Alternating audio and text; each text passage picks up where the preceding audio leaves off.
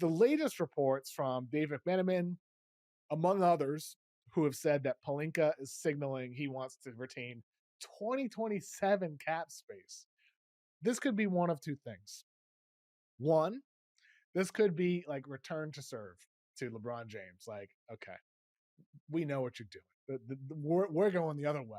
You want to win now? We're retaining cap space to 2027. Now what? It could be that.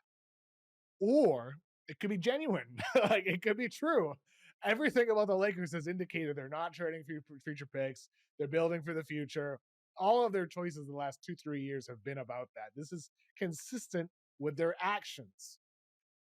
If it's the latter, if it's that they are trying to retain cap space for 2027, I think that is so foolish. It is so foolish because you have Luka Doncic right now, who is seemingly getting into the best shape of his entire career, who has been to an NBA Finals, who has been to 2 Western Conference Finals, who has been on the top 5 of MVP ballots multiple times in his career, and who could very well be entering the prime of his career. And if you're going to punt 2 years for 2027 for a guy you might get or might not get that may or may not be available, it is stupid. It is stupid if that's the truth with what the Lakers are angling to do. You don't punt 2 years with Luka on your team. It is foolish and short-sighted. It makes no sense to me at all. So I don't think it's that. I don't think the Lakers are that dumb. I think it's the other side of it. I think it's what I speculated about earlier this week with Jovan. I think it's what I wrote about on Yahoo. It's that they are firing back at LeBron saying, no, well, we're not trying to win right now with you. That's what I think it is. I think the Lakers want to move on from LeBron James, or rather, they want LeBron James to move on from them.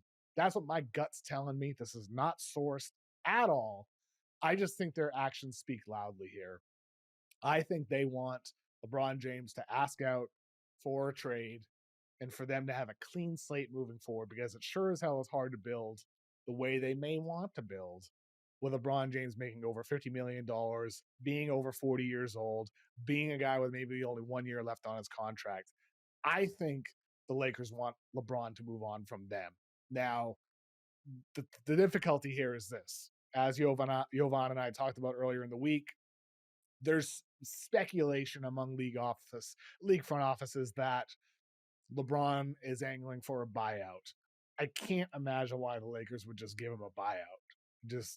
I just don't see it. I just don't see why they would do that. It just seems silly to me. You got to get something back for LeBron rather than just say, hey, you want to go? We're going to buy you out after you opted into your $50 million contract. It just seems silly to me. Maybe I'm thinking too logically about a lot of this, but I just think it just seems silly. I don't think you're going to buy him out. I'd imagine somebody's going to step up and trade for LeBron if it comes to that. Who is the question? Cleveland, we talked about, extremely difficult for them to get under the second apron. You'd have to trade Darius Garland and Jared Allen and at least Max Strus, maybe more, in order to make that happen. Just feels unrealistic. The Knicks, I mean, you could see it, but I'm not totally certain they would go that route. Maybe with the Knicks, as we talked about earlier in the week. The Warriors, they're interesting. They lost Kevon Looney to the Pelicans, 2 years, $16 million. Looney's way past his prime. I mean, good luck to New Orleans missing the playoffs when you don't have your pick. You do you, Joe Dumars. The Warriors are interesting because they could just trade Jimmy Butler straight up. The Dallas Mavericks, they're interesting because LeBron has his longtime friendship with Kyrie Irving and with Anthony Davis. They have a bunch of tradable pieces they could put together and still have some depth. So, I mean, I still can't help but think it's Dallas or Golden State if LeBron James does ask out. Dallas or Golden State, in part because the relationships. Stephen Curry and Draymond Green with the Warriors, Kyrie Irving and Anthony Davis with the Mavericks. Other than that, I have a hard time finding the next home for LeBron. And so it wouldn't shock me if he ends up back in LA next season, but it's weird. We've seen this playbook before from Clutch, go all in. You have LeBron James. What are you waiting for? What are you doing? We've seen this time and time again for a decade plus.